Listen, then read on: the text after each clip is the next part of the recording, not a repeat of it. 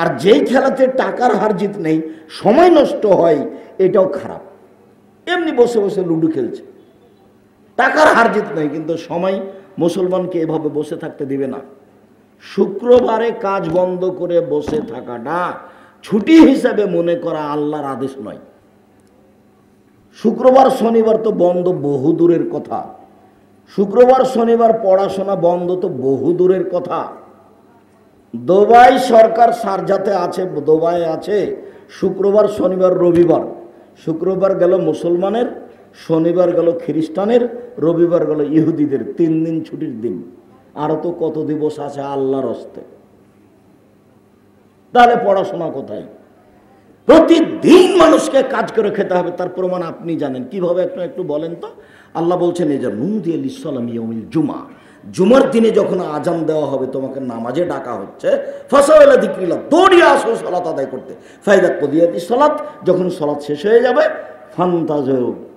তারপরে ফান্তাসিরু ফিল আরজ, আবার দৌড়িয়ে যাও জমিতে, দোকানপাট খুলে দাও, জমি চাষ শুরু করো। তার মানে জুমার দিনও দোকান চালাতে হবে, উপার্জন করতে হবে। বাপ অতদিন পর্যন্ত কাজ করে খাবে যতদিন পর্যন্ত বাপ কাজ করতে পারে। এখন যেন বাপ বসে থাকবে, এটা শরীয়তে অনুমতি নেই।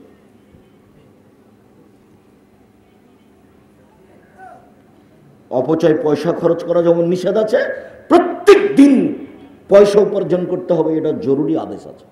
জুমার দিন নয়, এমন কোনো দিন নাই যেটা উপার্জন করা যাবে না, এরকম শরীয়ত নয়। জুমার দিন হোক আর শনিবার হোক আর রবিবার হোক, সব দিনই পয়সা উপার্জন করতে হবে, পয়সা উপার্জন করতে হবে, এ কথাই ঠিক।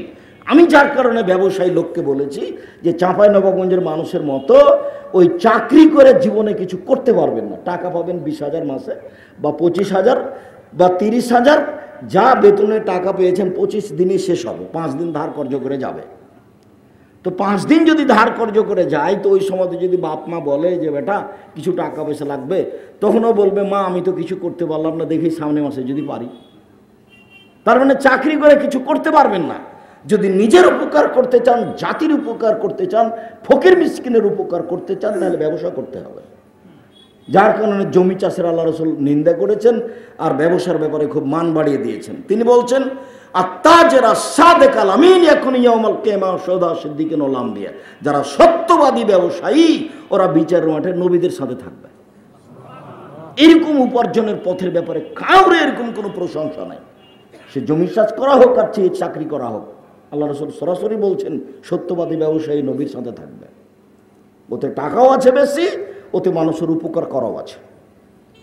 আবার তিনি বলছেন আর তেজারাত মাল কিদওয়াল হালাব, ব্যবসা করলে অনেক সময় মিথ্যা কথা চলে আসে, ব্যবসা করলে অনেক সময় কসম চলে আসে, অজান্তে ইচ্ছে করে অনিচ্ছে চলে আসে। শুভ হুবি সাদকা, তোমরা দান খায়রাত করে এটা মিটিয়ে দাও। তার মানে ব্যবসা করলে কিছু সমস্যা চলে আসে, এ কথা মুহাম্মদ সাল্লাল্লাহু আলাইহি ওয়াসাল্লাম জানতেন। সামাজিক সমস্যাও আছে, সব সমস্যার মোকাবেলে বৈধ যদি জিনিস হয়, যেটার ব্যবস্থা করছেন সেই জিনিস যদি বৈধ হয়, তাহলে সেখানে কোনো জায়গাতে যদি টাকা লাগে দেওয়া লাগে তো দিবেন। কাস্টমাররা আপনার কাস্টম অফিসে আপনার চট্টগ্রামে এসে মাল নেমেছে কয়েক কোটি টাকা, এখন জাহাজ থেকে নামাতে দিবে না, ওই একটা সিগনেচার নিতে হবে অফিসারের কাছ থেকে, তা 50,000 টাকা লাগবে। আরে নিজের টাকা দিয়ে ব্যবসা করি, তোমাকে 50,000 টাকা দিব মানে, যদি আপনি না দেন, মাল যদি নামাতে দেরি হয়, প্রতিদিন 50,000 জরিমানা হবে।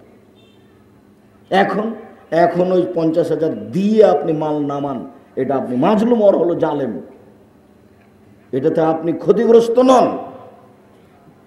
জমির দাম 10 লক্ষ আর জমির রেজিস্ট্রি হচ্ছে 6 লক্ষ, তো কাছাকাছি হয়ে গেল। তো জমি রেজিস্ট্রি করতে এত টাকা খরচ হবে কেন? এর নাম জুলুম, এর নাম হলো জুলুম। রক্ষা পাবে না কেউ, সাবধান থাকুন। বলছিলাম সম্মানিত দিনী ভাই বোন, আল্লাহ তাআলা বলেন ইন্নামাল খামরু ওয়াল মাইসিরু ওয়াল আনসাবু ওয়াল আজলামু রিজসুম মিন আমালিশ শয়তান। পৃথিবীর মানুষ মনে রেখো, নেশাদার দ্রব্য পান করা, জুয়া খেলায় অংশগ্রহণ করা, মূর্তির আস্তানায় যাওয়া, লটারি ক্রয় করা শয়তানের কাজ। যদি লেগে যায় 40 লক্ষ টাকা, 20 টাকা দিয়ে আপনি লটারি কিনেছেন, স্বাভাবিকভাবে এই পাপ ক্ষমা হবে না, তওবা করতে হবে। লটারি হারাম, কিয়ামত পর্যন্ত লটারি হারাম। ছবি মূর্তির আস্তানায় যাওয়া চিরদিনের জন্য হারাম, মদ চিরদিনের জন্য হারাম, জুয়া খেলা চিরদিনের জন্য হারাম। কোরআন মাজিদে আল্লাহ ঘোষণা করেছেন। এইবার আপনাকে আমি মদ যে হারাম ওর ক্ষতিটা আল্লাহ রাসূল কিভাবে বলছেন আপনাকে আমি 2-3টে সাইড দেখাই। একটা হলে যে এইগুলিকে আল্লাহ নবী দেখেন কিভাবে।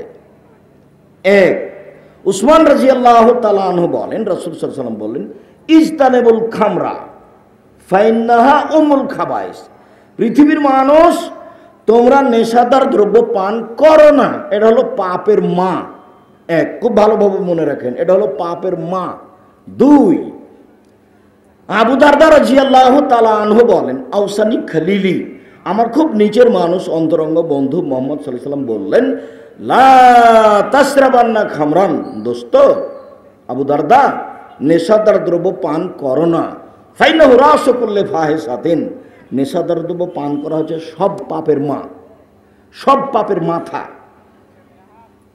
তিন, মুআয রাদিয়াল্লাহু তাআলা আনহু বলেন, রাসূল সাল্লাল্লাহু আলাইহি ওয়াসাল্লামকে বললেন, লা তাশরাবিল খামরা, মদ পান করো না। ফাইন্নাহু মিফতাহু কুল্লি শাররিন, এটা হলো সব পাপের চাবি। এই ছেলে, এক খেয়ালে চেয়ে থাকবা। দিনী বোন, খুব স্বাদ করে এসেছেন, আপোষে এখন আর গল্প করিয়েন না, বিনীত অনুরোধ। আপনার গায়ের উপর দিয়ে আর একজন চলে গেলে আপনি তার স্বাদ প্রতিশোধ নেবেন না, আপনি মুখ খুলবেন না। আপনার জন্য এসেছি। একবার বললেন পাপের মা, একবার বললেন পাপের মাথা, একবার বললেন পাপের চাবি। এই তিনটা বাক্যের সমন্বয় কি? পাপের মা মানে হলো মদ খেলে সব পাপ করা সহজ। যখন মদ খেয়ে বিবেক হারিয়ে যাবে, তখন বাপকেও যে ভাষাতে গালি দিবে, গ্রামের লোককে সে ভাষাতে গালি দিবে, আর তো বিবেক কাজ করে না। এই জন্য এটা পাপের মা। মদ খেলে মার সাথে জেনা করা যেমন, অন্য মহিলার সাথে তার কাছে জেনা করা তেমন, ও তো বিবেক কাজ করে না। বউয়ের সাথে মিলনও যেমন, মার সাথে জেনা করা তেমন, কেন তার বিবেক হারিয়ে গেছে। এই জন্য পাপের মা, এই জন্যই পাপের মাথা, এই জন্যই পাপের চাবি। দরজাটা খুলে দিলেন চাবিটা দিয়ে, তালাটা খুলে গেল, এখন দরজা খুলে দেন, ভিতরে সব কিছু দেখা যাবে। তার মানে যখন আপনি মদ খাবেন তখন আপনি পাপের দরজাটা খুলে দিয়েছেন, এখন সব পাপ করতে পারবেন। মুহাম্মদ সাল্লাল্লাহু আলাইহি ওয়াসাল্লাম মদের পাপের ব্যাপারে এগুলি কথা বললেন। এবার শোনেন, রাসূল সাল্লাল্লাহু আলাইহি ওয়াসাল্লাম বলছেন, মান শারাবাল খামরা ওয়ালাম ইয়াতুব লাম তুকবাল লাহু 40 সালাহ 40 সাবাহান। কেউ যদি একদিন নেশাদার দ্রব্য পান করে একবার, তাহলে 40 দিন তার সালাত কবুল হবে না। দুনিয়াতে এমন কোনো পাপ নাই যার বিবরণ এইভাবে আছে। জেনা মহাপাপ, কিন্তু এভাবে নেই কথা। সুদ খাওয়া মহাপাপ, তবে কথা এভাবে নেই। মানুষ হত্যা করা মহাপাপ, তবে কথা এভাবে নেই। মানুষ হত্যা করেছে, 40 দিন তার সালাত কবুল হবে না, এই কথা আল্লাহ নবী বলেননি। মানুষ হত্যা করেছে মহাপাপ, বিচারের মাঠে হেরে যেতে পারে, জিতে যেতেও পারে, কিন্তু 40 দিন তার সালাত কবুল হবে না। 40 দিন নাম দিয়ে আর কোনো পাপ দুনিয়াতে নেই। দুই, রাসূল সাল্লাল্লাহু আলাইহি ওয়াসাল্লাম বলছেন, মান শারাবাল খামরা লাম ইয়ারজাল্লাহু আনহু 40 লাইলা। কেউ যদি একদিন একবার নেশাদার দ্রব্য পান করে, তাহলে 40 দিন সে আল্লাহকে নিজের দিকে করতে পারবে না। এমন কোনো পাপ নাই যেই পাপ করলে 40 দিন যাবত আল্লাহকে নিজের দিকে করা যাবে না, এরকম কোনো পাপ দুনিয়াতে নেই। জেনা মহাপাপের কথা সবাই জানে। বিবাহ করার পরে জেনা করলে তাকে হত্যা করতে হবে, বাঁচার পথ নয়। আর বিবাহ করার আগে জেনা করলে তাকে 100 লাঠি পিটিয়ে এলাকা থেকে 1 বছরের জন্য তাড়িয়ে দিতে হবে। কিন্তু লোকটা আল্লাহকে 40 দিন কিছু বললে লাভ হবে না, এরকম কথা জেনাতে নেই। আবু হুরায়রা রাদিয়াল্লাহু তাআলা আনহু বলেন, রাসূল সাল্লাল্লাহু আলাইহি ওয়াসাল্লাম বলেছেন, শারবুল খামরে কাবেদে অসানিন, নেশাদার দ্রব্য পান করলে মূর্তি পূজার মতো পাপ হয়। সরস্বতী, ভগবতী, কালী, দুর্গা এর ইবাদত করলে যেমন পাপ হয়, নেশাদার দ্রব্য পান করলে তেমন পাপ হয়। কোনো পাপকে এভাবে লাগানো নাই। আল্লাহ নবী বলেননি কেউ যদি নামাজ ছেড়ে দেয় তাহলে মূর্তি পূজার মতো পাপ করলো। আল্লাহ নবী বলেননি কেউ যদি জেনা করে তাহলে মূর্তি পূজার মতো পাপ করলো। আল্লাহ নবী বলেননি কেউ যদি সুদ খায় তাহলে মূর্তি পূজার মতো পাপ করলো।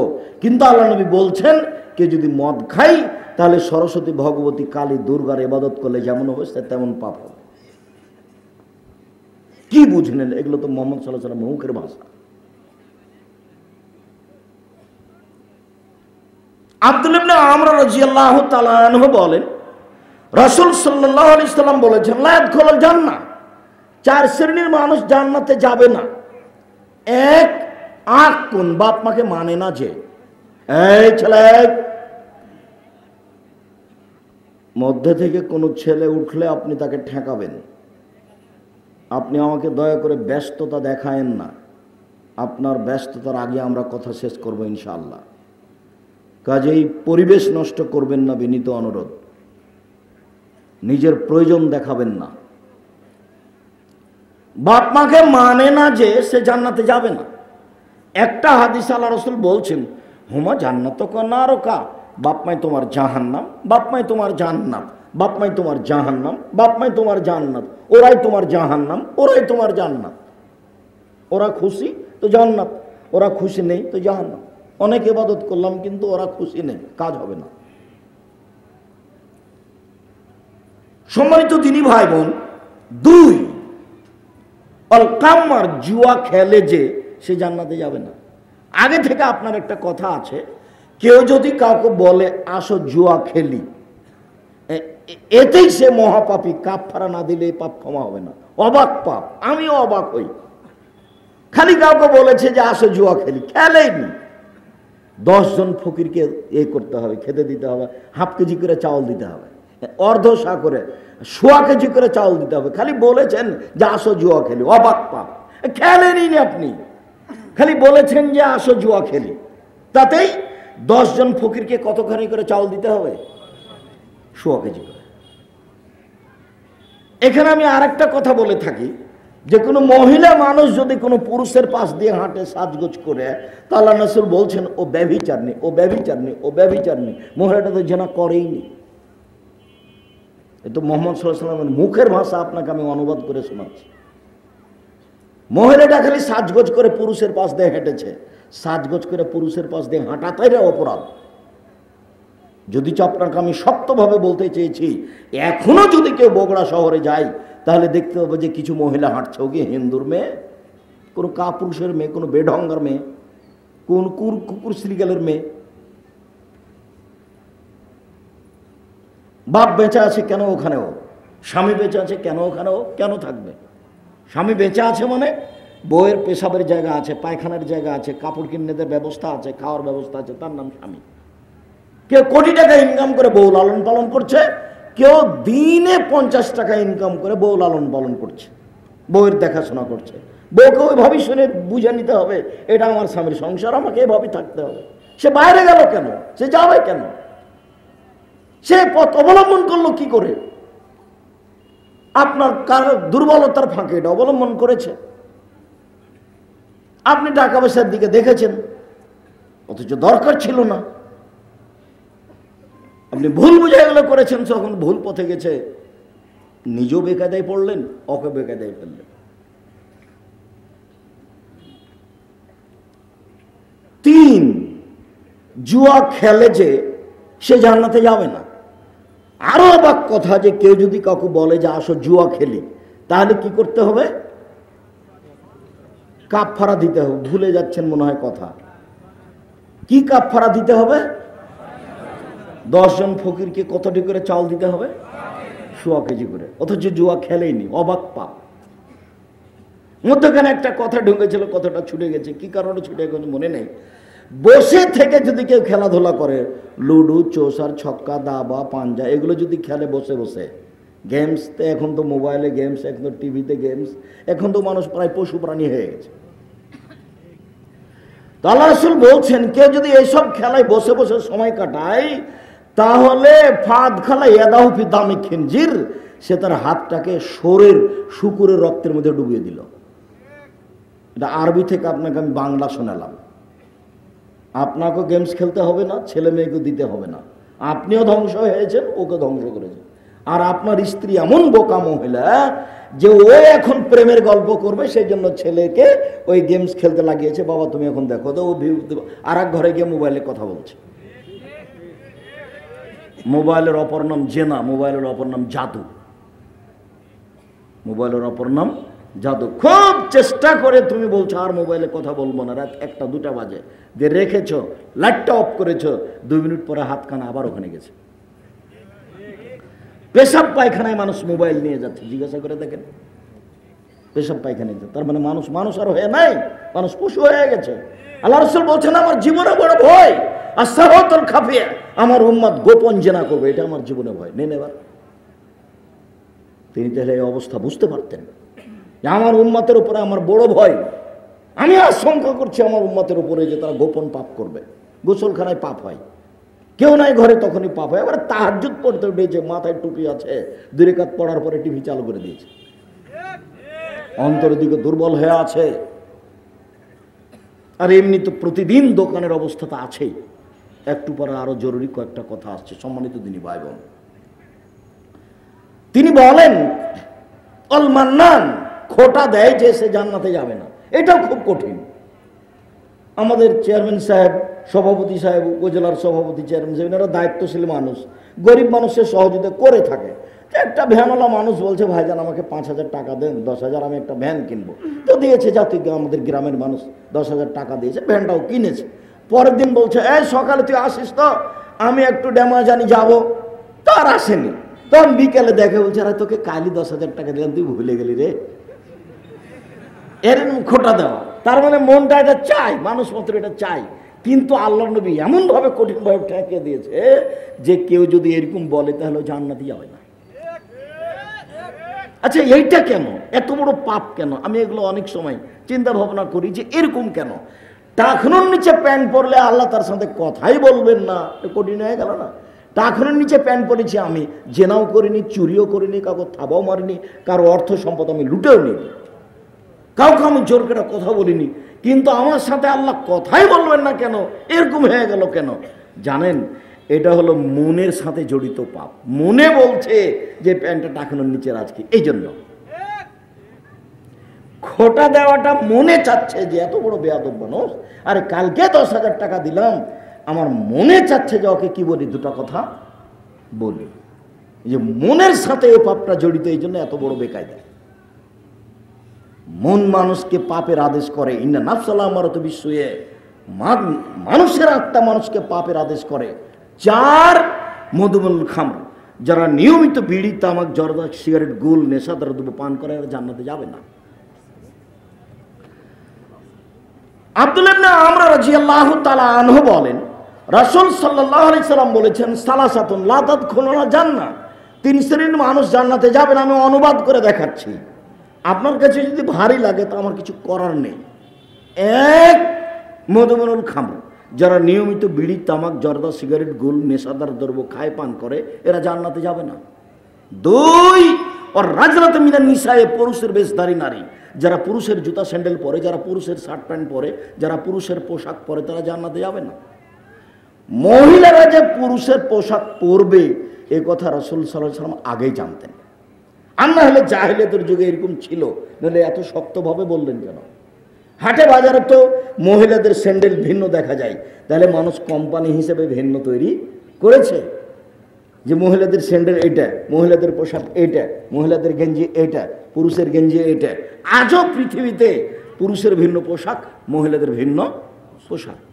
রাসূল সাল্লাল্লাহু আলাইহি সাল্লাম বলছেন কেউ যদি পুরুষের পোশাক পরে তাহলে জাহান্নামে যাবে।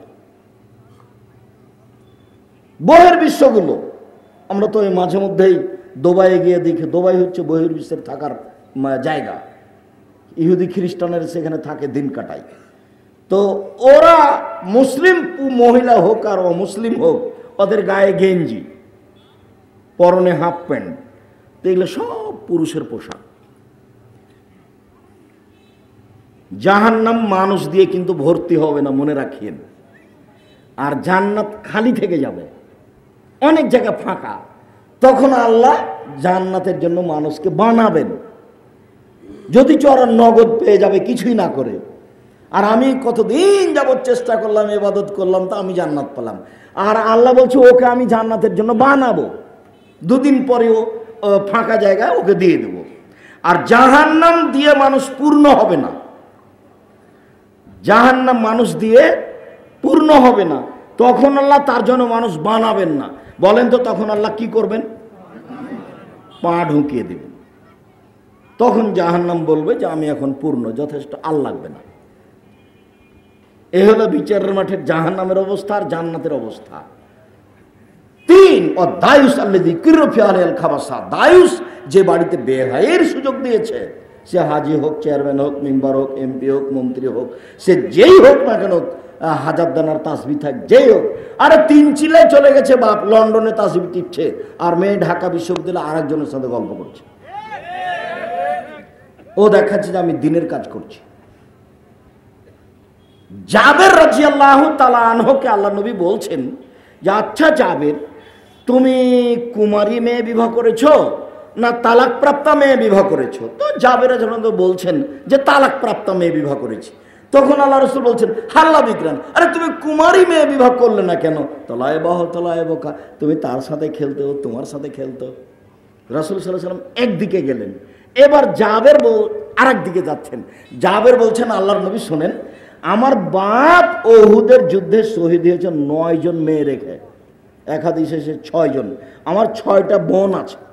তা আমি মনে করলাম যে এমন মেয়েকে আমি বিবাহ করব যেই মেয়ে তোয়াত্তে বহুন না, আমার বোনদেরকে শিষ্টাচার দিতে পারবে, তোয়াল্লে মোহন না, আমার বোনদেরকে শিখিয়ে দিতে পারবে, তুরাজ্জেল হন না, আমার বোনদের মাথার চুল চিরনি করে দিতে পারবে, তাকুমো আলাইহিন না, ওদের উপরে সবসময় পাহারাদার হিসাবে থাকবে। তাহলে মা হলো বেটির জন্য পাহারাদার, বাপ হলো বেটির জন্য পাহারাদার।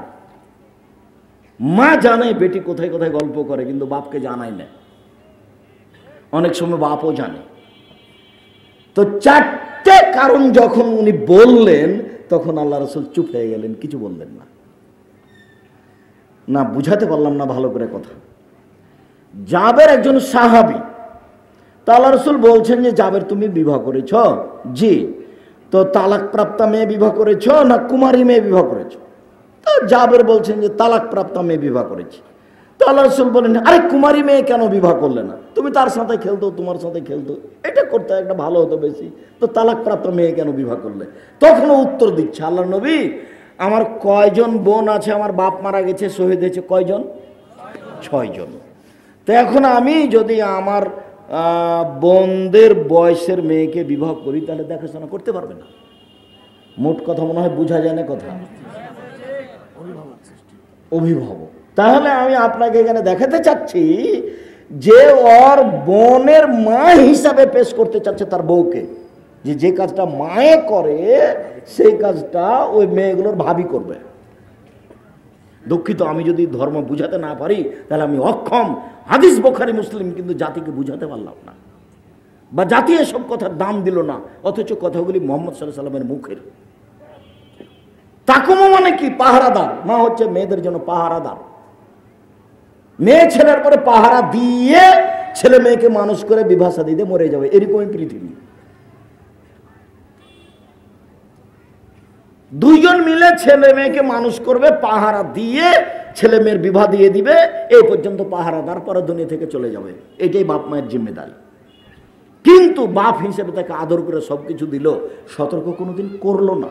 মা কোনোদিন সতর্ক করলো না, তাহলে এরা 2 জনই সংসার ধ্বংস করেছে, এরা 2 জনই ছেলে মেয়েকে ধ্বংস করেছে। এরা তিল চিল্লার নামে লন্ডন গেছে ধর্ম প্রচার করতে। ধর্ম এরকম নয় সম্মানিত দিনী ভাই বোন। 3 শ্রেণীর মানুষ জান্নাতে যাবে না। 1, নেশাদার দ্রব্য পান করে যে। 2, মহিলারা পুরুষের পোশাক পরে যে। 3, বাড়িতে বেহায়াইর সুযোগ দিয়েছে যে। মুআয ইবনে জাবাল রাদিয়াল্লাহু তাআলা আনহু বলেন, রাসূল সাল্লাল্লাহু আলাইহি সাল্লাম বলেছেন যে আন্না হাযাল আমরা বাদা নবুওয়াতুন রাহমা। শোনো, নেতৃত্ব শুরু হয়েছে নবী দিয়ে ও দয়া দিয়ে। প্রথম পৃথিবীর নেতা হলেন আদম আলাইহিস সালাম। আদম আলাইহিস সালামের নেতৃত্ব চলেনি আল্লাহর দয়া ছাড়া, নেতৃত্ব চলে নবী দিয়ে ও দয়া দিয়ে। সুম্মা এখনো খেলাফাতানা রহমান, তারপর নেতৃত্ব চলে খলিফা দিয়ে ও দয়া দিয়ে। উমার খলিফা, নবীর পরে যিনি, যারা দায়িত্ব পালন করে তাদের নাম খলিফা। তখনও দয়া লাগে, খেলাফত লাগে। তারপরে বলছেন সুম্মা মুলকান আজুজান, তারপর নেতৃত্ব হবে জোরজার মুল্লুক তার। তারপরে নেতৃত্ব কিভাবে হবে? জোরজার মুল্লুক তার। তারপরে বলছেন আল্লাহ রাসূল সুম্মা তাকুনু জাবরিয়াতান ওয়াতুয়ান ফাসাদান ফিল আরজে, তারপরে মানুষ নেতা হবে, হবেই হবে, পিটিয়ে হবে, মেরে হবে, হত্যা করে হবে, টাকা দিয়ে হবে, বিপর্যয় সৃষ্টি করে হবে। ওকে নেতা হওয়াই লাগবে, সে যেভাবে হোক না কেন, এভাবে হবে। 4টে স্তর বললেন। এরপরে বলছেন যারা জোর করে নেতা হবে তাদের চরিত্র 4টে। এক, ইস্তাহিলুল হারিরা, রেশমি কাপড় পরবে। 2, অল খমরা, মদ খাবে।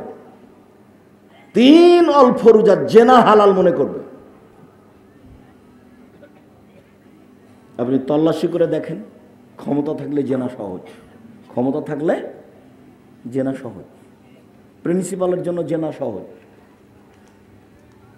দায়িত্বশীলের জন্য জেনা সহজ, ক্ষমতাশীলের জন্য জেনা সহজ। এরপরে 2টা শব্দ ব্যবহার করেছেন আল্লাহ নবী, ওয়ায়ুসারুনা ওয়ায়ুরযাকুনা আলা যালিক, দিনান্দিন ধনী হয়ে যাবে। ওয়ায়ুসারুনা, ধনী হতে সাহায্য সহযোগিতা পাবে, কোনো সমস্যা হবে না। আমি কিন্তু অনুবাদক, মোহাম্মদ সাল্লাল্লাহু আলাইহি সাল্লাম এভাবেই বলছেন। এদেশে একটা বই পাওয়া যায়, কে বড় ক্ষতিগ্রস্ত, উঠিয়ে দেখেন, আছে আলোচনা। এদেশে একটা বই পাওয়া যায়, উপদেশ, আপনার জন্য আমি লিখেছিলাম, আপনি নিয়ে দেখেন, এই আলোচনা ধারাবাহিকভাবে দেওয়া আছে।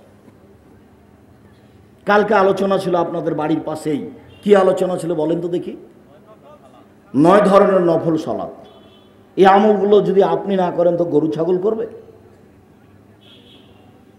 সম্মানিত দ্বীনি ভাই বোন,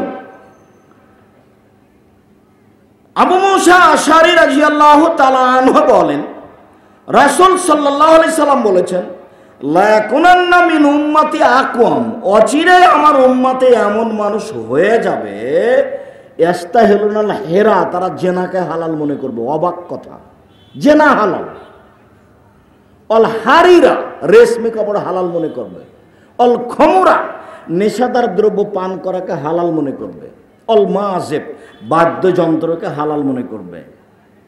সব শব্দগুলো চলে এসেছে, কিয়ামতের লক্ষণ চলে এসেছে, বাদ্যযন্ত্র। এবার দেখেন, আনাস রাদিয়াল্লাহু তাআলা আনহু বলেন, রাসূল সাল্লাল্লাহু আলাইহি সাল্লাম বলেছেন, লা তাকুনান্না ফি হাযিহিল উম্মাহ, লা ইয়াকুনান্না ফি হাযিহিল উম্মাহ খাসফুন মাসখুন কাজফুন, আমার উম্মতের উপরে 3টি বিপদ নেমে আসবে 3টি পাপের কারণে। আমার উম্মতের উপরে 3টি বিপদ নেমে আসবে 3টি পাপের কারণে। আমার উম্মতের উপরে 3টি বিপদ নেমে আসবে 3টি পাপের কারণে। 1, ভূমিকম্প হবে। 2, মানুষের আকার আকৃতি পরিবর্তন হয়ে যাবে। সন্ধ্যায় ছিল মানুষ, সকালে হয়ে যাবে বানর, শোর হয়ে যাবে, হবেই। 3, সর্ব ধরনের সমস্যা নেমে আসবে। জমি জায়গা কিনা যাবে না, দাম বেশি। রাস্তাঘাটে চলা যাবে না, গাড়ি ঘোড়া নেই। তেলের দাম বেশি, তেল কেনা যায় না, গাড়ি বন্ধ। সব ধরনের সমস্যা নেমে আসবে। মসজিদে মারামারি, মাদ্রাসায় মারামারি, দিন ধর্মের জায়গাতে মারামারি, আলেম ওলামাদের সাথে গন্ড, এরাই মারামারি করে, হইচই করে। যেখানে আপনি যাবেন, সমাজের দায়িত্বশীল যারা, তারাই মারামারি করছে, একজন আরেকজনকে চেয়ার তুলে মারছে। সব জায়গাতেই সমস্যা নেমে আসবে 3টে পাপের কারণে। 1, এই যে সারেবুল খুমরা, যখন নেশাদার দ্রব্য পান করবে। 2, জাহরাতিল কায়নাত, মেয়েরা যখন নাচবে। সব মোবাইলে মেয়ে নাচে, সব ঘরে মেয়ে নাচে, সব দোকানে বাজনা বাজে, সব দোকানে মেয়ে নাচে। অজারাবুল মাযিব, 3, যখন বাদ্যযন্ত্র প্রকাশ পাবে, সব ঘরে বাজনা বাজে, সব ঘরে মেয়ে নাচে, সব দোকানে বাজনা বাজে, সব দোকানে মেয়ে নাচে, সব মোবাইলে বাজনা বাজে, সব মোবাইলে মেয়ে নাচে। এই 3টে পাপের কারণে 3টে বিপদ নেমে আসবে। নেশাদার দ্রব্য।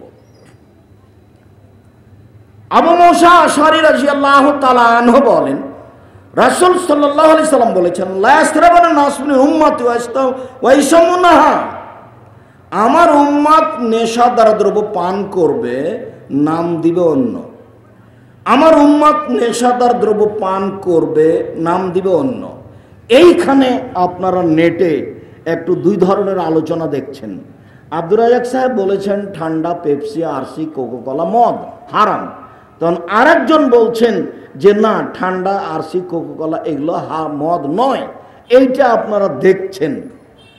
আপনি কি কোনোদিন তদন্ত করে দেখেছেন ঠান্ডা, আরসি, কোকাকোলা, পেপসি কিভাবে তৈরি হয়, কে তৈরি করেছে, কোথা থেকে এসেছে?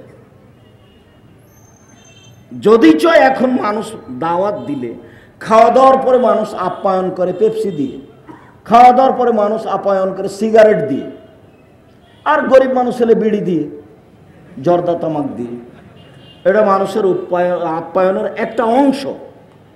আমি তো আপনাদের ভালো মানগত খানা খাওয়ার বগুড়াতে 30 বছর 32 বছর থেকে খাচ্ছি, তা আমি তো কোনো দিন আপনার বাসায় ঠান্ডা পেপসি দিয়ে আপ্যায়ন গ্রহণ করিনি, মনে হয় না।